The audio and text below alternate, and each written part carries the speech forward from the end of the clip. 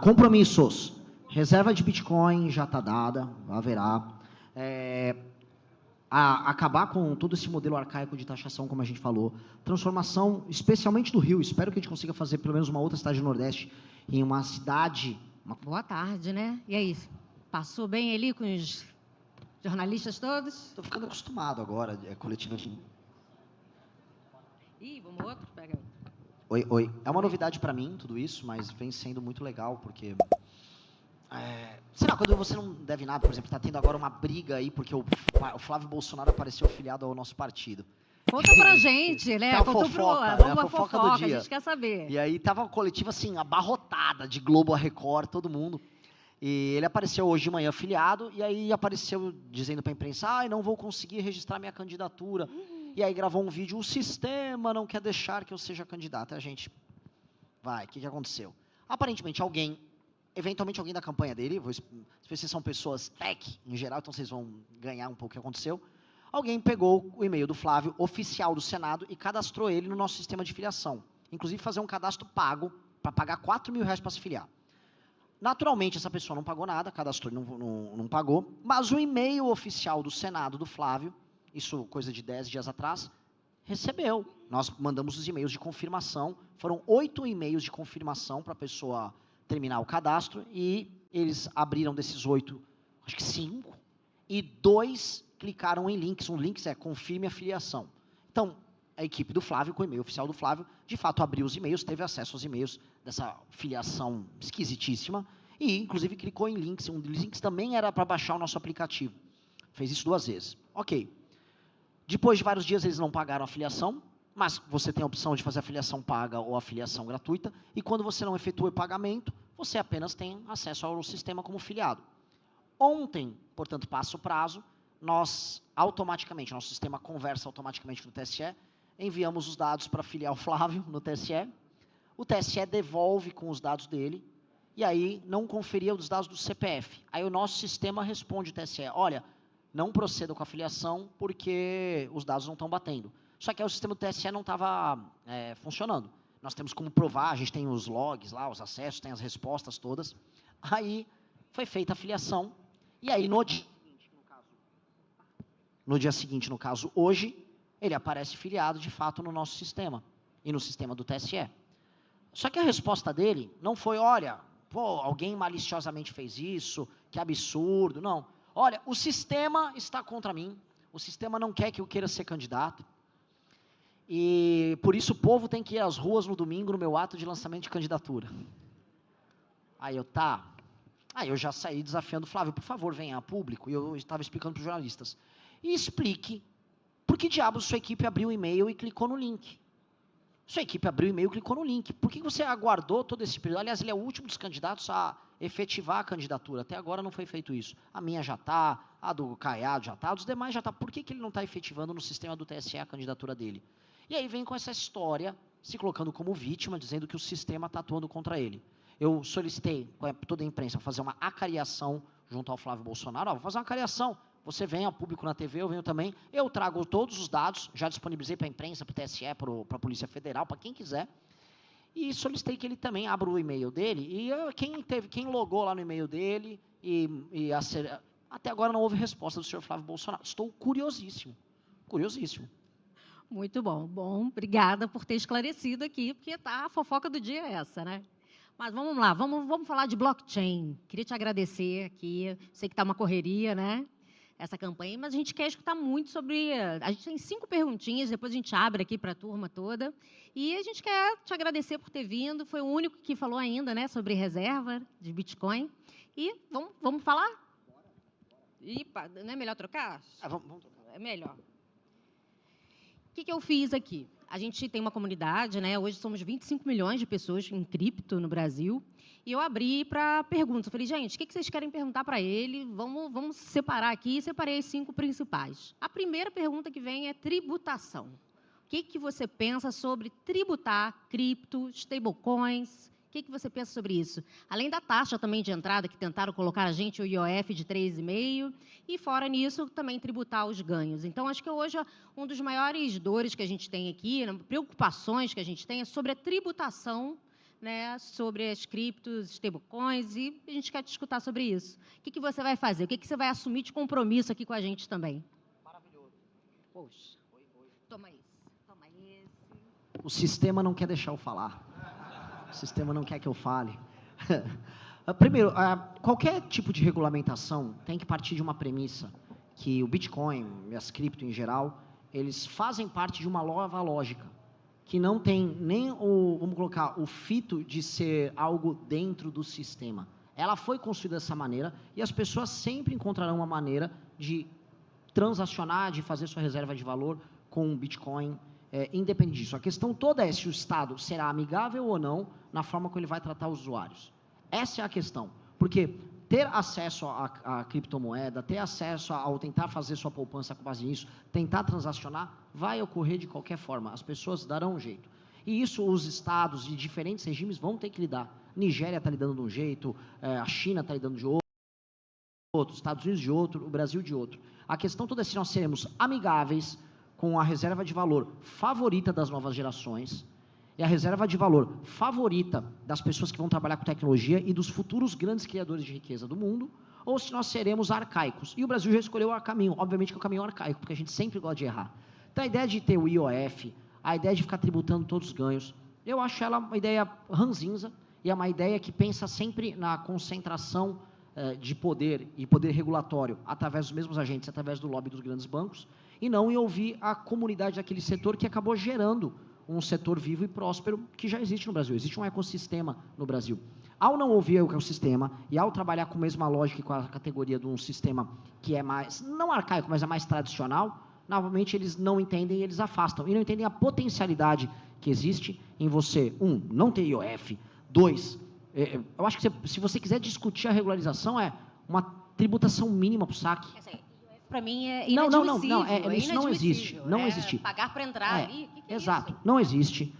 A própria regulamentação que estão falando em fazer, das empresas que atuam na área, tem que ter um capital mínimo disponível. Novamente, tudo isso é reserva de mercado, tudo isso é tentar fechar o mercado, e tentar fechar o mercado com pessoas que nunca fizeram parte de algo que era uma comunidade. Eu nunca fui, eu especificamente, ainda que eu goste do universo cripto, eu nunca fui o maior entusiasta do universo do MBL, mas o MBL foi fundado por várias pessoas que são entusiastas, que compravam Chainlink, compravam Ethereum, ficava discutindo sobre o Vitalik, tudo isso, a gente passava, vamos dizer, havia uma intersecção nossa com a cena das criptomoedas, do blockchain, etc. Então, essa intersecção, ela significa que é uma espécie de um movimento, que é um movimento também cultural, e que a gente não pode simplesmente ignorar ou tratar como se fosse uma coisa, vamos dizer, convencional. Não é convencional, não é para ser convencional e não pode ser ignorado. Então, a lógica de tributação, como foi feita, ela não apenas não tem que ser aceita, como tem que ser barrada. E é uma coisa que nós faremos, porque nós vamos transformar o Brasil num país amigo de quem investe em criptomoedas, também pensando na ideia de atrair capital humano de qualidade que investe em tecnologia para trazer seus ativos para cá, montar suas empresas aqui. Eu fico feliz que esse evento esteja acontecendo no Rio e não em São Paulo, porque até no nosso livro de propostas, que é o livro amarelo, a gente tem como ideia de transformar o Rio numa espécie de cidade-estado, tá? Dar um status de autonomia para o Rio de Janeiro, e uma das funções dessa autonomia é ser um lugar tech-friendly, para pessoas, porque assim, se resolver o problema de segurança no Rio e tornar tech-friendly, a quantidade de capital humano de altíssima qualidade, de ucraniano doido, de vietnamita, de chinês geninho, que vai querer se mudar para cá, de instalar empresas, de trazer suas cripto e montar empresas aqui, é enorme. A potencialidade disso é gigantesca. Então, temos que ser... Então, assim, a abordagem que a gente vai querer adotar sobre isso é absolutamente contrária. Eu, por mim, não teria nem tributação para o saque, porque a ideia tem que ser o cara vir para cá e trazer a grana e sair metendo grana aqui dentro, montar a startup dele. Para mim, tem que ser isso. Porque, senão, a gente vive hoje num país que é o país da fuga de capital, e fuga de capital humano.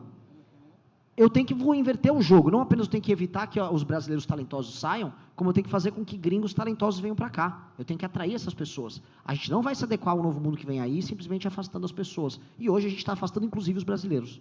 Perfeito.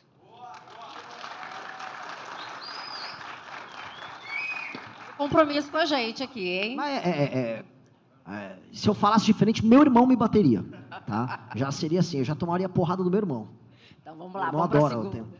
Vamos falar de data centers aqui, de IA, e o Brasil está se tornando um polo, né, também de data center, ainda é muito acanhado, se a gente colocar como funciona, né, como a gente tem nos Estados Unidos, mas a gente também está se transformando, né? A infraestrutura da computação é o motor da economia futura.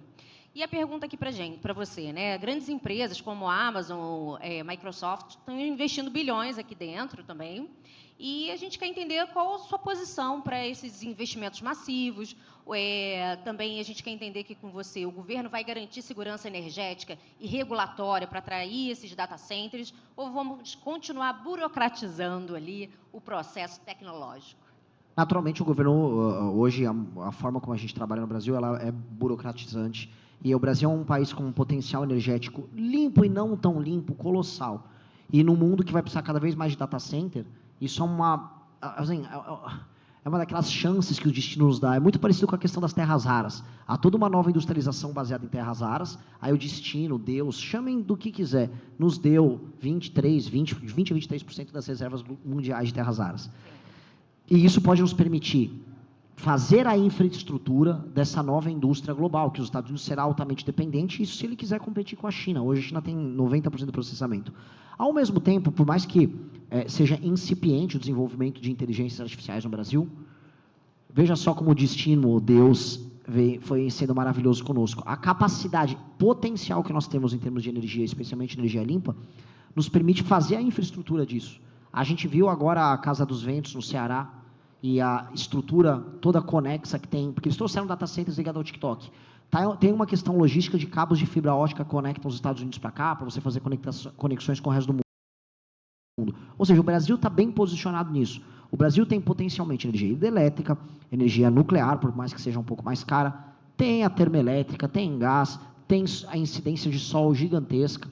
Ou seja, potencialmente, se a gente destrava os investimentos em infraestrutura energética, você consegue ter energia para fazer data center. Aí o Brasil cria a parte da infra global para o funcionamento das IAs, inclusive das próprias redes sociais, e isso nos permite, geopoliticamente, entrar melhor nesse jogo, porque é um jogo hoje que a gente está perdendo em tudo.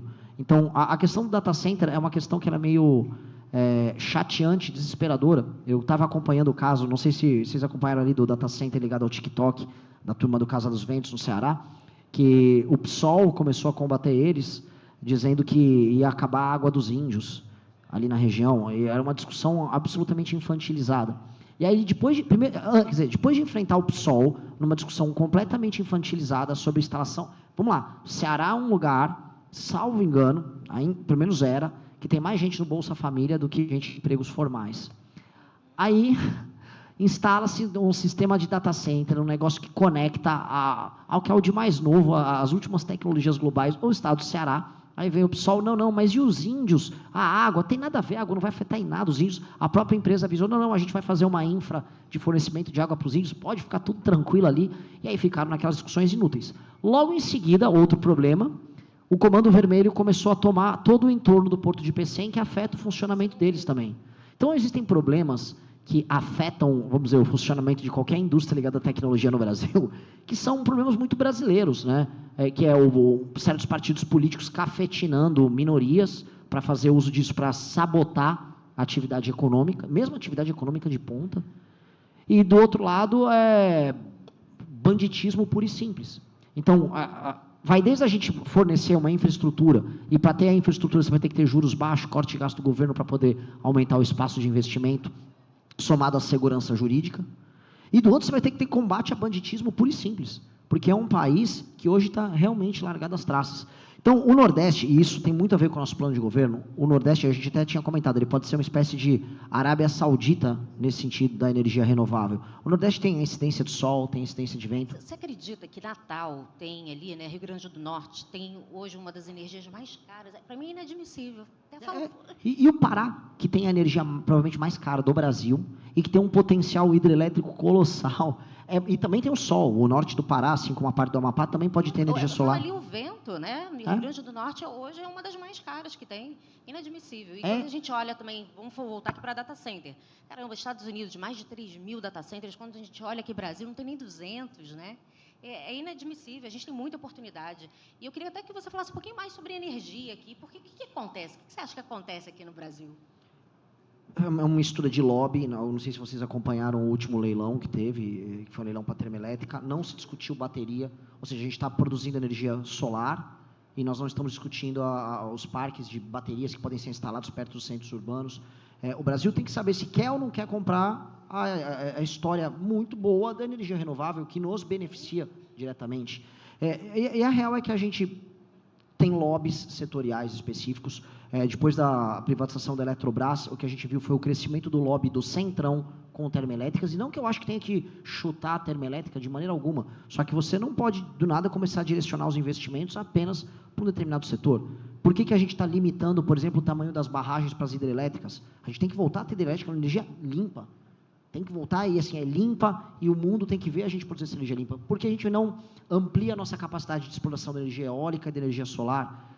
Essa questão do armazenamento da energia, né, porque você tem a sazonalidade ao longo do dia, né, no solar dá pico de dia, em geral a eólica dá uma movimentação maior à noite. Vamos fazer os parques com bateria, vamos começar a atrair os investimentos de infraestrutura, porque no fim do dia, a infraestrutura energética brasileira afeta o agro brasileiro, afeta a indústria brasileira e impede a gente de entrar nesse setor. Então, novamente, o Brasil potencialmente é um colosso energético, mas na prática ele é um lugar com a conta de luz cada vez mais cara. E aí entra uma outra incidência, que na sua conta de luz, você checar ali, você é tarifado por todos os programas e renúncias fiscais do governo numa taxa que é colocada ali e que vai estar na sua conta de luz que você mesmo paga. Isso aumenta ano a ano, porque ano a ano vão surgindo novos programas governamentais. Tem agora um programa de dar luz de graça que o governo Lula está adotando, que isso incide na conta de luz de quem está pagando a conta. Então, energia é complicada, hein? É muito e é um problemaço, porque você não tem nenhum tipo de crescimento econômico, nem do agro. Eu não tô falando precisa da energia para tudo ali, para a gente poder crescer realmente. Né? E a gente é um país de energia cara, sendo ele próprio um país com potencialmente uma das energias mais abundantes, baratas e limpas do mundo. Mas vamos lá. Deixa eu só comentar outra coisa. Ainda tem o petróleo. Eu estava falando do Pará, Amapá. Tem petróleo abundante ali na margem equatorial e tudo isso foi alvo de uma sabotagem ao longo dos últimos anos, que a gente não podia explorar nosso petróleo enquanto era explorado ali na Guiana. Guiana explodindo o PIB, o Amapá só com Alcolumbre, enfim, alcolumbrando ali o orçamento. Então é um negócio muito assustador. Vamos lá, vamos para a terceira pergunta aqui. Vamos falar de blockchain, né? A gente tem uma blockchain soberana aqui, que é a RBB, né? Foi criada ali BNDES e o TCU. E a gente quer escutar aqui de você. O que você acha, né, da tecnologia, blockchain? O que você acha de utilizar esse blockchain soberano ali para a gente até poder rastrear as emendas parlamentares? Aí eu queria que você falasse um pouquinho mais como que você vê a entrada do blockchain, governo, o que a gente poderia estar usando aqui, a tecnologia, né, que é a base aqui da nossa comunidade no governo para melhorar também o Brasil? Uma das coisas que eu mais sou cobrado, quase todos os eventos que eu faço rodando o Brasil, sempre aparece alguém da comunidade cripto do universo. Renan, você fala tanto de emenda, vamos gerar a rastreabilidade das emendas com blockchain. Novamente, vocês estão falando com um cara de humanas, um leigo, eu gosto de falar de Roma, eu não sei nada de programação, mas, falando em termos principiológicos aqui, não apenas faz sentido, como é uma ferramenta que a gente tem para pegar na unha aquilo que vai ser a base do novo modelo de administração que eu vejo para o Brasil. Eu não sei se eu posso me estender um pouco, mas é uma questão sistêmica fundamental. O Brasil não funciona localmente e isso gera os políticos que administram a gente e que roubam a gente. Ou seja, não existe um sistema de incentivo e metas para o cumprimento de indicadores de desempenho objetivos nos municípios do Brasil. Ao mesmo tempo, esses municípios vivem de repasses federais, ou seja, bem mais da metade dos municípios brasileiros não se sustentam com as próprias pernas, vivem de repasses federais, de recursos que são extraídos de outros lugares que são mais produtivos. E aí a classe política local recebe um dinheiro que não foi coletado ali, na sua grande maioria, e atua localmente sem ter nenhum compromisso com a consecução de resultados. Não tem indicador de desempenho, não tem KPI, não tem nada. Então, ao não ter isso, eles apenas recebem, e é o que acontece, eles recebem o orçamento federal. Tinha que ter meta, né? Tinha que ter meta. Exato, e a meta vinculada, que é o que a gente quer fazer. Então, hoje, como é que funciona um prefeito? Um prefeito recebe recurso federal, ele recebe as emendas, essas emendas não são transparentes, aí ele vai lá e faz uma praça, ele vai lá e faz uma estátua, ele vai lá e faz um campo de futebol, ele vai lá e faz praticamente o que ele quiser, especialmente com a emenda do orçamento secreto. Ele inaugura, 30%, hoje no Nordeste varia de 30% a quase 50% da emenda é desviada, vira dinheiro no bolso, porque todo mundo ali é filho de Deus, precisa viajar, né? E outro pedaço vira caixa 2 para comprar voto durante a campanha. Essa é a lógica que explica o crescimento galopante das emendas e explica o crescimento que o Centrão está tendo nos últimos anos. Explica porque a última eleição de 24 para prefeito foi tomada de compra de voto. E aí, nessa lógica, com um dinheiro que não é rastreado e com a inexistência de sistema de metas, o que a gente tem é como se fosse um sistema falido de extração de recursos da população produtiva, que é enviado para Brasília e redistribuído majoritariamente e preferencialmente para políticos que não têm nenhum compromisso com o resultado e para uma população que não está produtiva. O que a gente precisa mudar? Que é a lei de responsabilidade gerencial. Nós vamos estabelecer indicadores de desempenho metrificáveis e aferíveis. Esses indicadores de desempenho vão determinar, o recurso que aquele município ganha. Então, se ele está batendo mais metas, ele recebe mais dinheiro. Se ele não está batendo metas, é colocado um comissário para administrar os recursos junto com ele para fazer a aplicação das metas. Se ele vai cumprindo, ele ganha mais pontos. Essa pontuação por bater os KPIs, que é fornecimento de água, cobertura de esgoto, desempenho no SAEB, desempenho no IDEB, segurança pública, que vai desde incidência de assaltos, violência contra a mulher, fila na espera para atendimento nos UBS, e especialmente, que é o principal, aumento da atividade econômica privada e aumento de empregos formais na iniciativa privada e redução de número de pessoas que dependem de auxílios governamentais. Esses indicadores, se ele cumpre essa pontuação, não apenas o município recebe mais dinheiro, mas o partido político dele, o fundo é determinado pelo número de pontos que ele obtém, ponderado pelo tamanho da cidade, multiplicado pelo número de cidades que o partido tem. E se o político não cumpre? O político naquela cidade, ele fica inelegível por 8 anos e o partido não pode participar das eleições também naquele município. Ou seja, você tem que ter sanção e tem que ter a recompensa. Ao fazer isso, o que nós precisamos dar? Aí vou chegar aqui na blockchain. Eu preciso de todos os sistemas de metrificação automáticos, transparentes e disponíveis. E eu preciso de todo o recurso que vai para a aplicação dessa política, que pode vir através da emenda. Eu não acabaria com a emenda. Eu disciplinaria ela para cumprir isso. Tudo isso tem que ser absolutamente transparente, tudo isso tem que ser absolutamente metrificável. Tudo isso tem que ser visto em praticamente tempo real, e nós temos que rastrear essa grana, porque hoje é a grana que está alimentando o duto da corrupção. Hoje é a grana que está indo para a empreiteira ligada ao político que faz o desvio do dinheiro. Isto, se aplicado, vai gerar uma revolução. Por quê? Porque a gente vai obrigar os municípios hoje, de várias regiões do Brasil, que são improdutivos, e eu não preciso ir muito longe. Se eu for para Belfort Roxo, já é um município que depende basicamente de recursos federais, e a economia está quase toda na informalidade. Então, eu começo a gerar formalização econômica, geração de atividade econômica realmente concreta, ativa. Com base nisso, eu diminuo a dependência das pessoas dos programas assistenciais, melhora a consecução de políticas públicas, diminuo o analfabetismo, diminuo pessoas que pegam doenças parasitárias na primeira infância, e faço os partidos políticos irem atrás o tempo todo de bons administradores para administrar esses municípios, e não atrás, como acontece hoje para obter fundo partidário eleitoral, de tiriricas, Éricas Hiltons e outros políticos, vamos dizer, de rede social barulhento, que ajudam a alimentar o fundo, porque o critério do fundo para você receber dinheiro é basicamente a pessoa ter votos para deputado federal, e só. Isso é um absurdo. Então, é realinhar, mas para isso funcionar, tem que ter transparência e rastreabilidade. Com todo mundo que eu falo, fala, Renan, se você não botar blockchain nisso aí, você é um imbecil. Eu não quero ser um imbecil. Então, se alguém aqui quiser participar e ajudar, inclusive colaborar na implementação disso, nós vamos chamar a comunidade toda de desenvolvedores, comunidade de cripto, para participar dessa que seria a grande jornada da verdadeira reforma política brasileira. Muito bom. Aí, pessoal.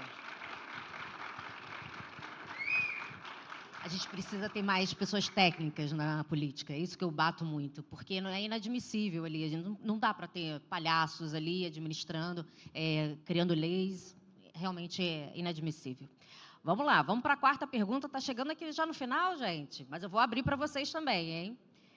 Vamos falar aqui agora, reserva de Bitcoin. Você foi o único que falou sobre reserva de Bitcoin e a gente quer escutar que você, por que você chegou nessa, falar da gente ter uma reserva de Bitcoin, a gente quer escutar o que você pensa sobre isso, o que você acha que vai ser bom para o Brasil isso, como que você faria isso, fala aí.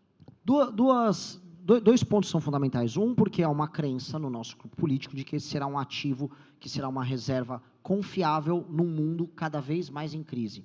A ideia do dólar como a moeda, a reserva de valor global, confiável, em que todas as transações vão acontecer através dele, ela, quando você põe no ponto futuro, nas próximas décadas, ela não está tão certeira assim. A ascensão da China, a formação de blocos regionais, a ideia dos Estados Unidos não mais como potência única. Isso vai fazer com que elementos como o Bitcoin, por exemplo, um criptoativo reconhecido globalmente, da África à Ásia, da América Latina, América do Norte à Europa, como uma reserva de valor, que ele ganhe relevância. Então, ter reservas de Bitcoin, no long run, vai representar uma aposta geopolítica brasileira. E por quê? Segurança, né? Eu vou dar um exemplo nisso.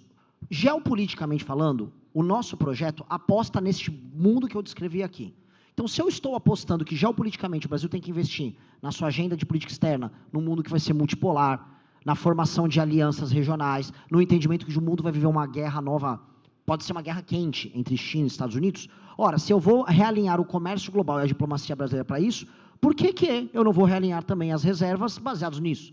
E é por isso que nós temos que ter reservas de Bitcoin. Apenas uma questão, primeiro, lógica. Se minha política está orientada para essa perspectiva, então eu tenho que investir também nessa perspectiva. É aquela put your money where your mouth is.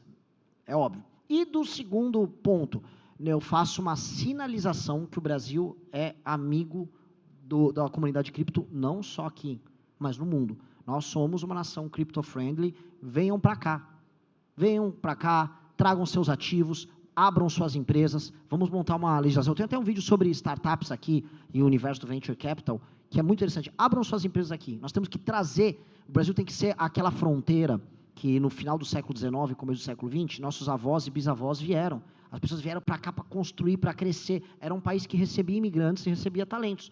Boa parte dos grandes talentos brasileiros imigraram para cá no final do século XIX até o meio do século XX. Hoje o Brasil está mandando embora as suas melhores mentes. A gente tem que reverter esse fluxo, desesperadamente. É um fluxo de capital humano e de recursos. Vai ter geninho da Nigéria, vai ter indiano doido, vai ter um russo, vai ter um ucraniano. Venham para cá, venham montar as empresas. E o Rio, que tem que ser tratado como uma espécie de cidade-estado, ele é esse portal. O Rio, eu não sei se estou me estendendo aqui, é muito importante isso. O Rio, ele é o portal real do Ocidente com o Sul global. Se tem um lugar que é um portal, de verdade, um portal arquitetônico, cultural, antropológico do Ocidente com o Sul global, é o Rio. Ele é a mistura das duas coisas. Ele é a arquitetura colonial portuguesa com mata tropical. Ele é essa fusão. Então, por ser esse portal, por ser essa zona de transição, nós temos uma oportunidade única de oferecer um estilo de vida, uma oportunidade de negócios e um sistema de comunicação entre o norte global e o sul global. Isso é único, então tem que ser o Rio. O Rio tem que ser uma espécie de Dubai no long run para o Brasil. O Rio tem que ser, assim como São Paulo ele vai ser um polo de tecnologia e economia tradicional e de grandes serviços de grande qualidade, o Rio tem que ser esse polo inovador envolvendo tecnologia. A gente tem que ter a nossa Los Angeles e a nossa Nova York, uma pertinho do outro, com uma ponte aérea de 40 minutos. Essa é a relação dessas duas cidades que fazem piadas umas com as outras. Eu, como paulistano, faço minhas piadas com carioca, vocês fazem com a gente. Mas a real é a seguinte, a gente tem o Vale do Silício e Nova York do ladinho. E isso tem que ser muito bem aproveitado. Então, o papel do Rio nisso é um papel muito grande. Muito bom. A última pergunta eu vou deixar para daqui a pouco. Vou abrir um pouquinho para perguntas para a turma participar também. E vamos lá, vamos começar? Opa! E vamos ficar aqui a noite toda, hein? Vamos embora. Cadê a Su? Pode me... Oi? Imprensa? Então vamos.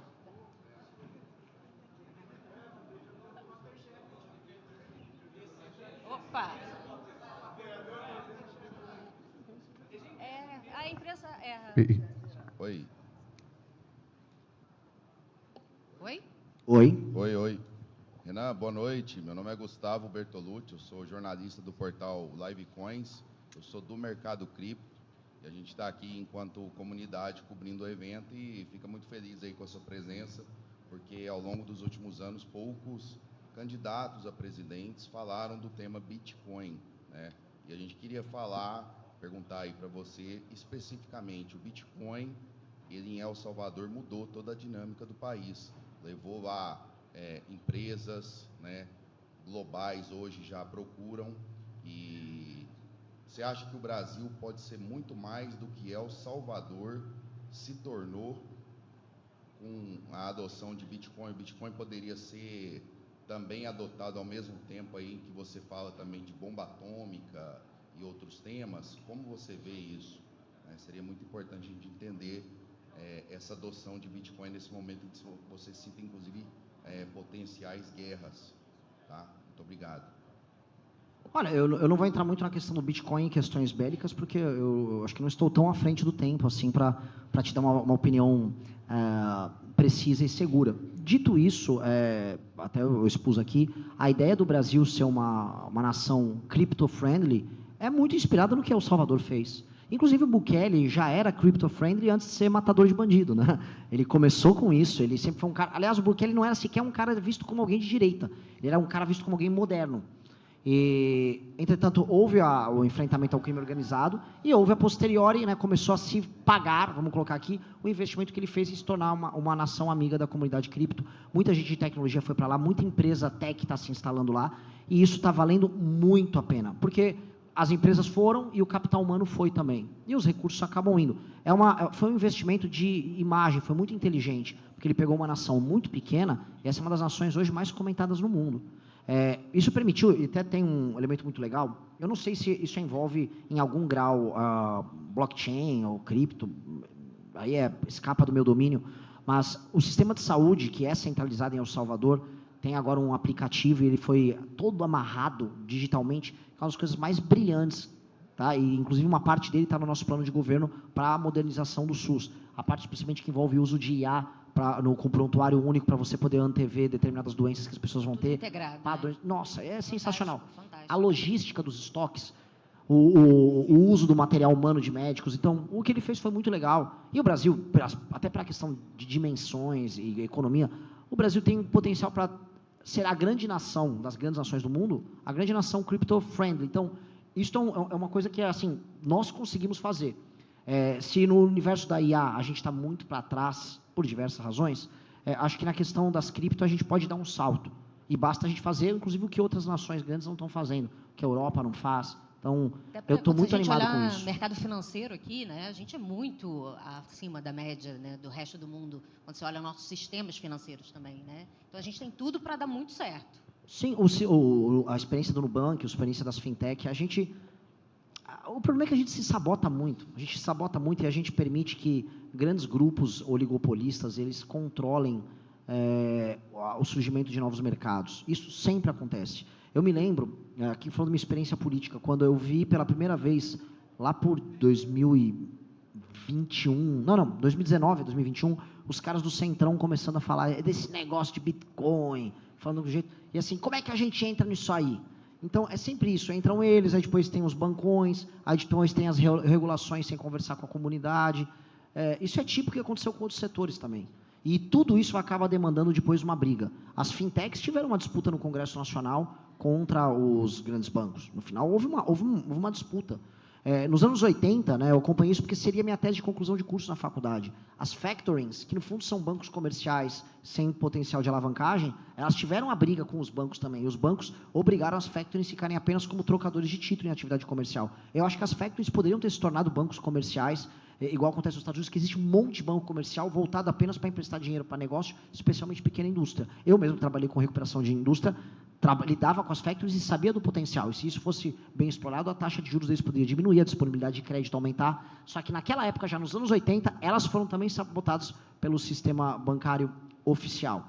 Eu acho que temos alguns inimigos a colocar aí que precisam ser enfrentados e que vão precisar apenas se adaptar. Eu vejo com certa preocupação algumas coisas que estão acontecendo, especialmente na ideia de o Banco Central, desse governo, pensar em regulamentações, o lobby da FEBRABAN, o lobby dos bancões. Eu acho que tem algo a gente ficar de olho, até porque eles viram o número de pessoas... Eu posso perguntar então vamos falar de Banco Central? Vamos falar de Banco Central. Quero entender aqui, você e Banco Central, como que vai ser essa relação ali também na sua gestão? Eu gosto da ideia do Banco Central independente, nós não vamos alterar, foi um avanço em grande medida civilizacional que a gente teve, e minha relação com ele vai ser de uma simplicidade atroz. Eu corto o gasto daqui e você se sente livre para baixar juros dali. Vai ter que ser isso, até porque a gente tem um problema que, voltando para a questão da indústria da tecnologia, que envolve até o universo do venture capital, investimento em novas empresas, startups, que os juros no Brasil, ele não é que é apenas proibitivo, ele é cavalar. Então, o Banco Central brasileiro, acho que a ideia dele ser independente, você faz nomeação, mas ele formula suas políticas de maneira independente, é bom para evitar, pelo menos durante um período, a atuação política, e a gente viu isso no começo agora do governo Lula, né? Houve todas aquelas discussões que ele ficava brigando, que ainda afastar o presidente do Banco Central, mas no fim do dia, o modelo se sustentou. A questão toda é, se a gente consegue romper com essa treta fiscal e orçamentária que nós temos desde a Constituição de 88, mas que já vem do nosso endividamento pretérito, que faz com que a gente tenha gatilhos de aumentos automáticos, que o governo gaste demais com a própria máquina, não tem espaço para investimento. Se a gente resolve isso, que é a nossa agenda fiscal, o Banco Central vai poder fazer política de juros de país sério. E com política de juros de país sério, você passa a ter moeda de país sério. E com base nisso, acho que a gente começa a ter investimento de país sério. Então, isso é uma necessidade premente de um governo como o nosso. Por isso que você vai muito, assim, se eu for para o segundo turno com o Lula, até fazendo aqui meu exercício aqui também de otimismo, né? Eu tenho certeza que ele vai falar, você quer cortar coisas, mas eu vou ter que demonstrar assim, pô, você vai conseguir comprar seu celular mais barato, você não vai ser roubado pelos gastos que o governo gera em a pressão inflacionária, que é basicamente um roubo que você faz às reservas das pessoas. Eu vou poder trabalhar com o Lula uma discussão ideológica nesses termos. E se ele for falar de uma reforma da Previdência, eu vou falar de INSS e roubo do INSS. Então, eu estou muito animado nessa perspectiva. Eu acho que vai dar para fazer uma eleição, sendo muito sincero, em alguma medida parecida com a da Argentina, em que eu vou falar que eu vou fazer as reformas, que todo mundo acha difícil, mas que as pessoas vão ver os resultados no final. Até porque foi prometido para as pessoas, a picanha não veio. Está sempre prometendo um mundo etéreo em que não há sacrifício, em que o governo vai ficar dando as coisas, só que as pessoas estão nesse instante, e acho que as viagens nossas pelo Nordeste mostraram isso, percebendo que é meio que mentira, né? É meio que o cara oferece que a vida vai ficar boa, que ele vai me dar um negócio, mas a mesma mão que me dá, ela me tira. Tipo, a mesma mão que me deu o Vale Gás do Lula agora, está me dando uma alta no preço dos alimentos e eu tô pobre. Está me dando desemprego, então eu não consigo nem ter a grana para eu poder botar a comida que o Vale Gás vai esquentar no final. Então, no fim do dia, o enfrentamento sobre esses temas econômicos, inclusive a autonomia do Banco Central, vão ser muito importantes para o debate agora, que graças a Deus eu espero estar no segundo turno. Vamos lá, que é o aqui, próximo? aqui. Eu tô aqui, ó. A sua tá ali? Oi, posso seguir aqui? Jean, do Estadão. Eu gostaria de entender um pouquinho como é que o senhor vê a junção hoje que está acontecendo entre o mercado cripto tradicional, raiz, e o sistema financeiro tradicional. Um tem usado a credibilidade do outro e o outro a infraestrutura. Queria entender como é que está no seu governo essa junção que tende a ser um caminho para destravar muitos investimentos ao longo dos próximos anos. É bom, mas carrega um perigo subjacente. O perigo subjacente, como tudo que acontece no Brasil, é uma captura institucional de grandes players, afastando os inovadores do setor, fechando o mercado para eles. A institucionalização é boa. Os Estados Unidos foram para o caminho da institucionalização. Dito isso, a inovação não surgiu deles. Aliás, quando a gente fala dos bancões brasileiros, quase nenhuma inovação surge deles. Né? Eles, na verdade, têm praticamente uma reserva. E o que eu vejo, e o que a gente vê as discussões sobre a regulamentação, é muito na linha do lobby dos bancões e do fechamento do espaço para os inovadores. Quem carregou, vamos dizer aqui, a inovação no setor aqui no Brasil, nos últimos, vamos botar 10 anos, não foram os bancões. E aí a gente vê agora eles querendo se apropriar disso. Eu acho que isso pode querer, não gerar apenas um fechamento de mercado, mas um fechamento à inovação, um fechamento ao surgimento de novas empresas. A gente viu essa discussão com as fintechs. É uma oportunidade e uma tensão ao mesmo tempo. Acho que vai caber a gente, quando for regular de verdade, para um mercado aberto, altamente competitivo e aberto à inovação e que não seja impedido pelo Estado, a gente vai ter que pegar essa tensão e resolver. Trazer a escala e a credibilidade dos grandes, mas não sabotar a capacidade de criação de quem justamente inova, cria e carregou, vamos dizer, a comunidade até aqui. Muito bom. Gente, eu não sei aqui. se dá para mais uma. É a última, né? É a última aqui. Vamos lá. Bom, Renan, Vitor da Evervalue. No mundo cripto, né, principalmente quando a gente fala dos bitcoiners, existe uma frase que é: cada um vai pagar o preço que merece. Isso diz muito sobre o ceticismo, a falta de interesse e ignorância das pessoas em um assunto novo. Eu faço um paralelo em relação à militância que existe fora do polarismo, da polarização que a gente tem hoje na política, né? Queria saber de você como que a gente enfrenta esse ceticismo, esse desinteresse, essa ignorância, para falar de assuntos tão importantes como as propostas da missão E como a gente pode, qual dica você daria para a gente que quer fazer parte dessa militância orgânica de vocês, para convencer e abrir a cabeça das pessoas sobre esses assuntos tão importantes de uma maneira efetiva, principalmente com essa polarização que a gente vive hoje? Maravilhoso. Esse assunto é bem legal. Tecnicamente falando, a comunidade cripto no Brasil ela é maior do que a comunidade nossa, do MBL, do Partido Missão. Mas, naturalmente, e existem, vamos dizer, influenciadores, existe um ecossistema de youtubers, de produtores de conteúdo. O que eu acho que tem que ter é um horizonte muito ambicioso e inimigos claros, adversários claros colocados no caminho, não pela polarização contra eles, pura e simples, mas como objetivos a serem alcançados. Olha, eu tenho que superar esse adversário, eu tenho que superar essa regulação. E a gente trabalha muito nisso na lógica nossa interna de militância. Isso é meio que uma obrigação. Eu acho que vai ter uma convergência natural, e esse processo é natural. E essas discussões vão vir, espero eu, num governo nosso, porque nós vamos falar sobre reforma de previdência, a gente vai falar sobre como os mais jovens, como a geração, vamos ser claros, os não tão jovens como eu, da geração millennial, a tão zoada geração millennial, como eles farão suas poupanças, como eles terão reserva de valor num universo que vai tentar, num sistema que vai tentar sugar absolutamente tudo deles. A geração Z e a Millennial são as gerações que mais investem em criptomoedas. Paralelamente, também são as gerações que mais olham para o nosso partido e a nossa alternativa de poder de maneira generosa, enquanto uma alternativa a um jogo viciado que tem aí. E eu acho que essa convergência, ela não apenas é natural, mas ela vai se dar de maneira propositiva e nas grandes guerras políticas, econômicas, que vão interferir na nossa vida nos próximos anos. O que a gente tem que ter, minha dica, se afastar do doidinhos. A gente tem doidinhos em todos os campos políticos, mas os doidinhos, eles tiram a credibilidade do processo e eles não geram comunidades saudáveis. E ter metas realizáveis, metas que você consiga atingir e que as pessoas possam comemorar. Quando no nosso grupo a gente falou, não há possibilidade de participar do jogo político sem ter um partido, eu sabia que se eu não montasse um partido, eu estava alinhado. Eu não tinha que, antes de ter o Partido Missão, quando eu era apenas o MBL, falar, nós vamos derrubar o sistema. Não adianta eu só falar, porque isso vira demonstração de virtude. Eu tinha que ter uma meta que era possível ser alcançada, que era montar o partido. Difícil, mas possível ser alcançada. E o time entregou, a militância entregou, foram milhares de pessoas participando disso. Aí foi uma vitória que a gente conseguiu e logo em seguida surge a minha candidatura a presidente. E aí vira, não, vamos como tirar o Renan de um e jogar ele lá para cima. E aí todo mundo começa a trabalhar e se animar. Então você vai batendo as metas. E o setor, não posso botar, a comunidade, eu acho que vocês já tiveram as suas vitórias, mas vocês hoje estão sob um ataque diferente, que é o ataque da institucionalidade burocrática brasileira e de uma espécie de elite velha que tenta conformar tudo à sua própria hierarquia. Isso já existe na política. Os bancões que estão querendo, vamos dizer, se apropriar do setor e hiperregular, eles são como os partidos grandes com seus fundos e as lideranças políticas dos grandes governadores. A relação é quase a mesma. Eles são os bancões e os seus CDIs, né? E o Partido Missão é a cripto nesse sentido, né? Eles são o mundo analógico, a gente é o mundo digital, eles são o passado, a gente é o futuro, eles são a manutenção de um jogo de soma zero, a gente é a tentativa de escapar da gaiola.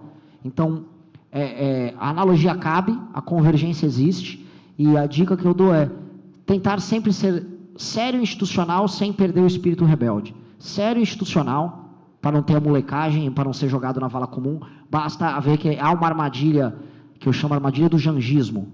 Veja a Janja falando besteira sobre o Discord. Veja o que a Janja fez com uma rede social. Já uma Janja vira o canhão. Essas criptomoedas aí estão incentivando aí o tráfico, não sei o quê. E aí vem uma decisão baseada em nada, em cima de um preconceito construído por uma figura bizarra ligada ao governo. Então, como não cair nisso, eu acho que a gente não pode incorrer nos maluquinhos. Então, e maluquinho faz parte de tudo, mas a liderança de um determinado setor inovador nunca pode ficar na mão de maluquinho. Então, sair fora do maluquinho, aceitar a institucionalidade, mas não perder o espírito rebelde, porque se perder o espírito rebelde, morreu. Acho que é sobre isso. Obrigado. Bom, vamos encerrar. Eu vou chamar aqui o Francisco. Francisco, vem cá para a gente encerrar. E para encerrar aqui, Renan, ia te agradecer, só que a gente quer que você, agora o seu compromisso aqui com a comunidade. O que você vai fazer? Vai ficar gravado, está todo mundo aqui te escutando. Francisco é o nosso fundador aqui do Blockchain Rio. Então, estou vindo ele aqui para a gente fechar, para você fazer esse compromisso aqui, acho que até de pé mesmo ali. Vamos lá, compromissos. Reserva de Bitcoin já está dada, haverá. Acabar com todo esse modelo arcaico de taxação, como a gente falou. Transformação, especialmente do Rio. Espero que a gente consiga fazer pelo menos uma outra cidade do Nordeste em uma cidade, quase uma cidade-estado crypto-friendly, para que o capital humano de qualidade do mundo venha aqui e se instale. Aí eu vou jogar uma que não é só um compromisso meu, mas um convite para a participação da elaboração do modelo novo de gestão de emendas, especialmente, vamos começar pelas emendas, que é a coisa mais grave, e da criação do nosso sistema de funcionamento da Lei de Responsabilidade Gerencial, que tem que ser implementado no nosso governo, que é a forma da gente acabar com o Brasil subdesenvolvido e transformar ele num Brasil em desenvolvimento. E precisa ter métrica, precisa ter rastreabilidade, precisa ter transparência. Então, vira não só compromisso, como convite. E um convite que precisa ser feito da parte do nosso governo, vencendo as eleições, para a comunidade que carregou o universo cripto até aqui, criar a tal da regulação que hoje, a meu ver, vai ser tocada por lobby. E lobby que não vai contar com vocês. Compromisso firmado, compromisso filmado, para não ter bullshitagem, para não ter conversa mole. Muito obrigado. Obrigada, Renan.